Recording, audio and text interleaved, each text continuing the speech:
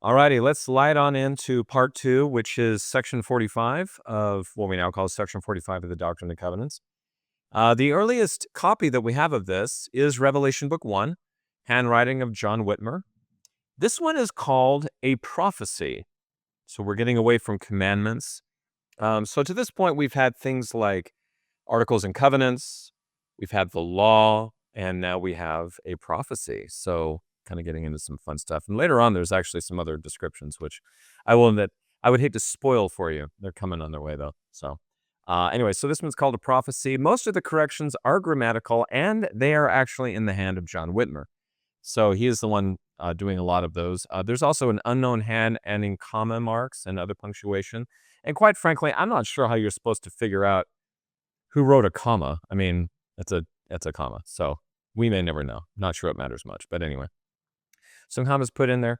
And Joseph Smith himself, once again, his own hand, makes a couple of small corrections, which are on page 74 of the Revelation Book 1. And he also adds something here. You can see here it says, until it is expedient in me, towards the end of this prophecy. Following that, you also get an addition by Sidney Rigdon's handwriting, which says that they consider these things, for when the Lord shall appear, he shall, so forth and so on, which is basically at the end of the prophecy. So a couple of interesting additions there. And Joseph Smith and Sidney Rigdon, John Whitmer, all have their hand in making that happen. So it is chapter 48 in the Book of Commandments, where it is called a revelation. And it is also section 15 in the Doctrine and Covenants, where it is still called a revelation. And even to this day, we call it a revelation. So this idea of calling it a prophecy never really took, but it is definitely a very, very important section even to this day. Something that I thought was really interesting is that there is no wording differences between the 1981 and 2013 editions of this revelation. But there is a significant amount of ellipses that you get here. So look at all these ellipses. So in the previous version, just imagine this without the ellipses. But here it is. It says, prefacing the record of this revelation, Joseph Smith's history states that, quote, at this age of the church, many false reports and foolish stories were published and circulated to prevent people from investigating the work or embracing the faith. But to the joy of the saints, I received the following. And there's a lot of ellipses there. So in the 1981 edition, those are all just kind of put together. So what are in the ellipses? Well, I'm glad you asked, because you know what? You are at the Filling in the History podcast. So if I can't fill in some ellipses, then go someplace else for your high entertainment. But we have found them. So worry not. We will get to that in a moment. But I also wanted to mention that this revelation, like many others, was published in the Evening and Morning Star. But we also have two other handwritten copies of this, which are interesting because most of the footnotes for this section out of the Joseph Smith papers note grammatical and wording changes between these two. One is from William McClellan, who made a copy for himself. You can see it here. This is what his handwriting looks like. And we also get one from Edward Partridge, who also wrote down a copy. And so what's nice about this, what I find to be really impressive, is that even back in this day, they were very strict about their language. And there was a couple of changes here and there, but what I really love to this point anyway, is that there's a lot of different copies, and a lot of them say the same thing. So you kind of have to hand it to people to having that kind of rigor over what they were writing down in their journals or in their personal papers. So that's what you got there. From the manuscript history, we also get a copy of this. It is what would now still be called Volume 1 of the History of the Church, but the manuscript history has this. And the introduction with all the ellipses, yes, does come out of this. So they are still using that even in the 2013 edition of the Doctrine and Covenants even today. Circumstantially to this, Revelation Book 1 says this. It says 47, and it says a prophecy, March 7th, 1831. So it is numbered very similarly to the commandments. Given to Joseph the seer at Kirtland, Cayuga County, Ohio, saying, hearken and so forth. And that's the introduction to Revelation Book 1. Already mentioned this from the Book of Commandments, Doctrine and Covenants, and modern section headings. They all call it a revelation. They call it given March 1831 and so forth. So here it comes, the filling in of the ellipses. The manuscript history is where we get this from. And it says this: At this age of the church, many false reports, lies, and foolish stories were published in the newspapers and circulated in every direction to prevent people from investigating the work or embracing the faith. A great earthquake in China, which destroyed from 1 to 200,000 inhabitants, was burlesqued in some papers as, quote, Mormonism in China. But to the joy of the saints who had to struggle against everything that prejudice and wickedness could invent, I received the following. So, there was an earthquake in China, and apparently somehow that has to do with Mormonism, as they called it in this newspaper. So that's what's in the middle of all these ellipses. So what are we talking about here? Well, I went into the Joseph Smith papers, and wouldn't you know it, they don't have a single footnote about this. Which I was like, really? Okay, well, can't win them all. What I do have, which I will show you once again, is my paperback copy here, Histories, Volume 1. And I have a little markup here, which actually gives, just to kind of give you a visual of it, it is a footnote of its own, nothing special for you who are just listening, but just a footnote down here. And because I loved you so much, I typed it in, and I will now read it to you, because this is a very interesting story. So from the History of the Church, Volume 1, footnote on page 138, you get this, about this earthquake in China and Mormonism in China. Ready? This earthquake in China is a matter of some interest in connection with the history of the church, since it was the means of bringing Sidman's Ryder, a somewhat noted preacher of the Campbellite faith, into the church.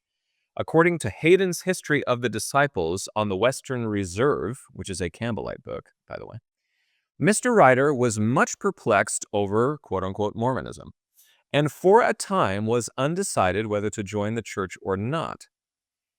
Quote, in the month of June of 1831, writes Mr. Hayden, quote, he read in a newspaper an account of the destruction of Pekin in China, and he remembered that 6 weeks before, a young Mormon girl had predicted the destruction of that city, unquote.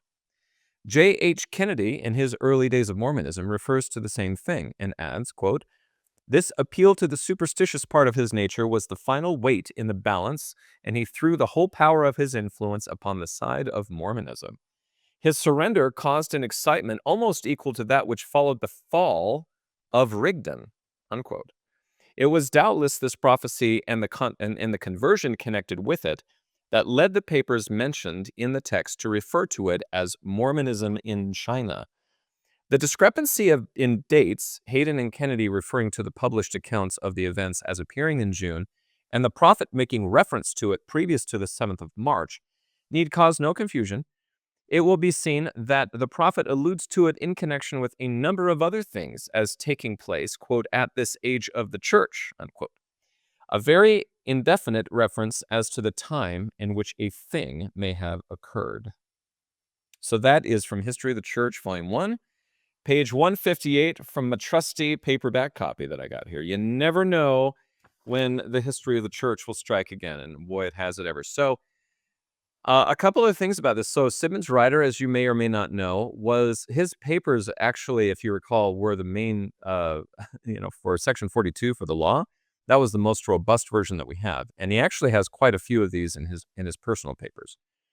And his stir of joining the church, again, sort of matched when Rigdon fell. And if I haven't said this already, future in the history, post Joseph Smith being murdered, he actually did fall away from the church. He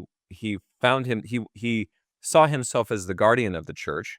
And that's a very famous episode where Brigham Young sort of stood with the 12 and said, no, we have the keys and we're leading the kingdom from now on. And they did offer a hand of friendship to Sidney Rigdon. But he wound up creating his own religion. So he did sort of fall from the church, but as far as I can tell, he was never sort of brutally antagonistic like many other people who did, I would say, fall away from the church pretty hard. So Mormonism in China. So if you're wondering what those ellipses are in your section headings of the Doctrine and Covenants, kapow, we have filled in the history. So there you go. So some of the content and footnotes to this. From the Historical Introduction to Documents, Volume 1, we get the Revelation describes the New Jerusalem and Christ's second coming, both of which had been prophesied in Joseph Smith's translation of the Book of Mormon, his previous revelations, and his revision of the Old Testament.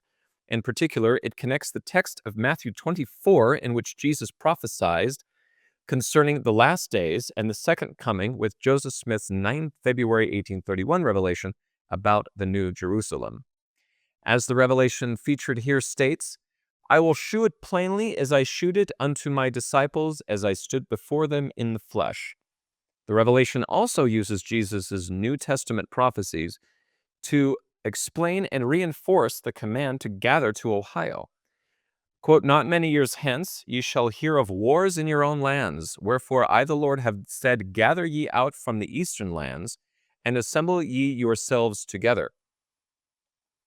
Parts of this text, also found in Matthew 24, were among those included in Joseph Smith's later work of revising the New Testament, a project that began the day after Joseph Smith dictated this revelation.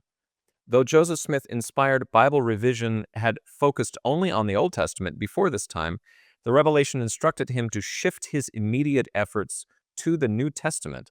Quote, now behold, I say unto you, it shall not be given unto you to know any farther than this until the New Testament be translated, and in it all things shall be made known. Wherefore I give unto you that you may now translate it, that you may be prepared for the things to come, unquote. So what I just find this fascinating, this idea that this New Testament revision was a prerequisite for other things, and apparently a preparation for things to come. Now, the New Testament revision of the Bible,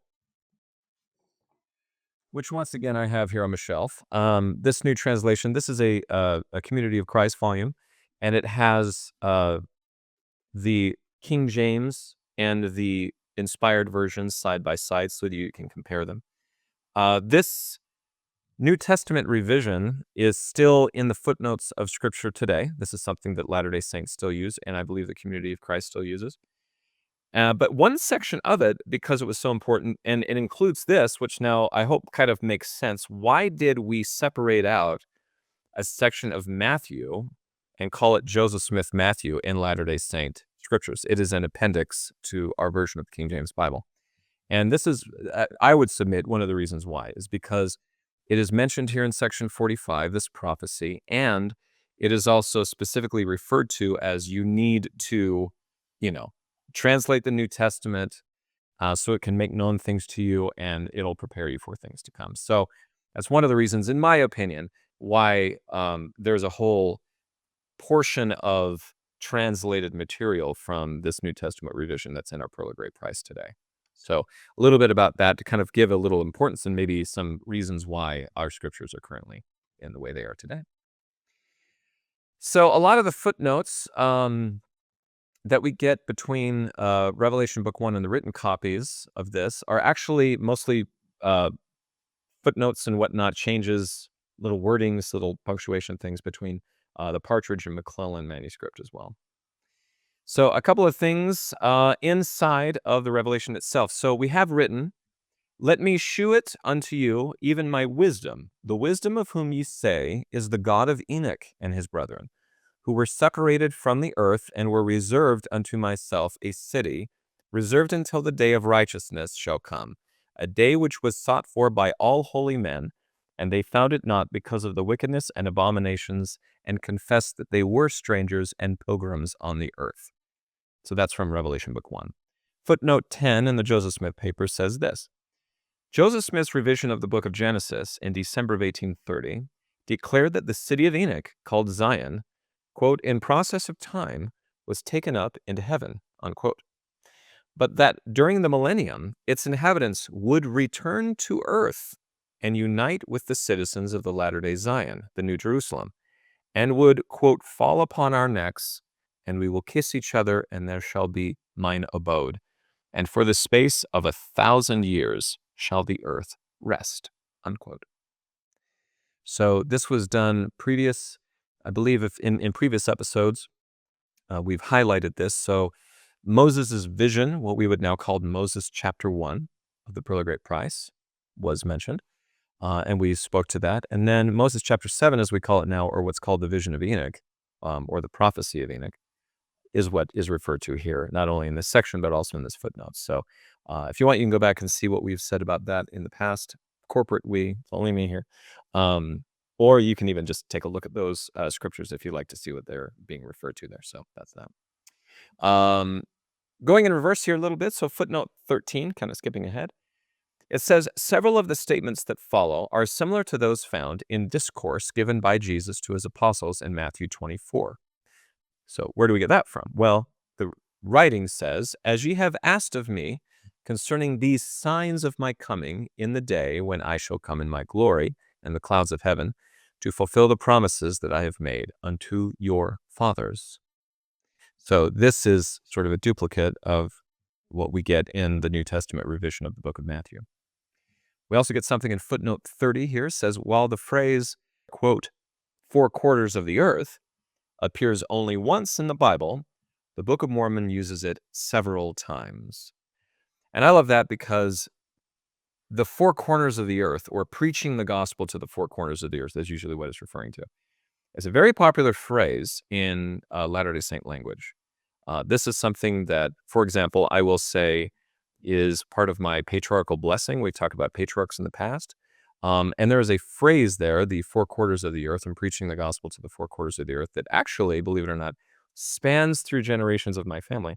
And these are different people in different places of the world with different patriarchs. And for some reason, that phrase makes it all the way through, something that my mother and I actually talk a lot about. So this phrase is a very interesting one and something that we still use, especially in the missionary work of the church. So I just find it interesting that you really only get one of them in the Bible, and the rest of them come from Latter-day Saint scripture, if you will, from the Book of Mormon. We also get in footnote 39, it says, deletion on facing page created an ink blot over this word. Text supplied based on Partridge's copies. So if you want to know sometimes how we fill this stuff in, taking a look, or how the Joseph Smith Papers editors filled it in. So I've zoomed in here on this blot, and they were able to get the word from Edward Partridge's copy of it. And the word is grow. The word is grow. And now you know. You can breathe easy now. Further into the Revelation, we also get, wherefore I give unto you that you may now translate, that ye may be prepared for the things to come. For verily I say unto you, that great things await you. You hear of wars in foreign lands, but behold, I say unto you, that they are nigh even at your doors, and not many years hence you shall hear of wars in your own lands. Footnote 41 to this states, almost immediately, on March 8th, 1831, Joseph Smith stopped working on the Old Testament and turned to the New Testament. His scribe, Sidney Rigdon, wrote this heading on the manuscript, quote, a translation of the New Testament translated by the power of God, unquote. So they took this very seriously, and they got to work right away. Footnote 42, further to this, says, a January 1831 revelation stated, quote, ye hear of wars in far countries, and ye say in your hearts, there will soon be great wars in far countries, but ye know not the hearts of they in your own land, unquote. So there's a very popular notion, and I think it's valid. I won't say much more about that, but that the main reason for these Latter-day Saints gathering was to save these people due to upcoming conflicts in the United States.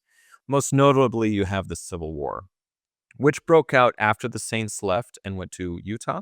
And this is something in the Journal of Discourses that is talked about quite a lot, about how they say, the Lord sort of saved us and moved us away from all of that, and so forth and so on during the Civil War, but also several other conflicts of the time, that for them to gather together sort of separated themselves from the rest of it, and they were sort of saved as a people. That's a very popular notion that is throughout the history of the church beyond Joseph Smith's lifetime, and even during Joseph Smith's lifetime. So that is section 45. So what is the aftermath of this? Well, the most obvious one is that they continued in earnest to gather to Kirtland, Ohio. More and more missions were called. They were sent out 2 by 2.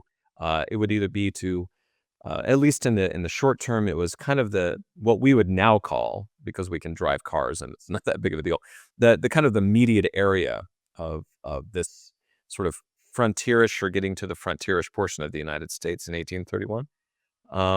And some were called a little farther away than that. I will say later on, you have some Canadian missions that are called, and especially there's some famous ones that make it even all the way to Jerusalem. So this is kind of the beginning of formal missionary calls and people being sent out. So obviously, Oliver Cowdery and his crew are among the first, and then you get a lot of others during the same time. The other aftermath to this is, again, like we said, the New Testament revisions, and Joseph Smith Matthew being one of the most prominent. We've talked about that already, and so this revision of the New Testament is something, again, that you can see in your footnotes today, and it's still published to this moment. So a lot of people don't equate the two together, but apparently that was a major heading for section 45, which is considered a prophecy. And so those are all the sections that we're going to get into today. Again, a letter from Joseph Smith to Hiram, which is kind of fun because we really don't get a lot in his own handwriting. And then we also get, of course, some mandates, prophecies about what's going on in the future, Jesus Christ's role in all of this, and also a mandate to start not only missionary work, but, we're going to get back to translating Scripture again and doing revisions of the New Testament. So that is all that we have for today. Hope you've enjoyed our episode. Any questions or comments, be sure to let us know. Again, if you don't know, this is on YouTube. I put it up in parts as well as the entire thing, as well as on Spotify and Apple Podcasts. Thank you so much for joining again, and have a great week. We'll see you then.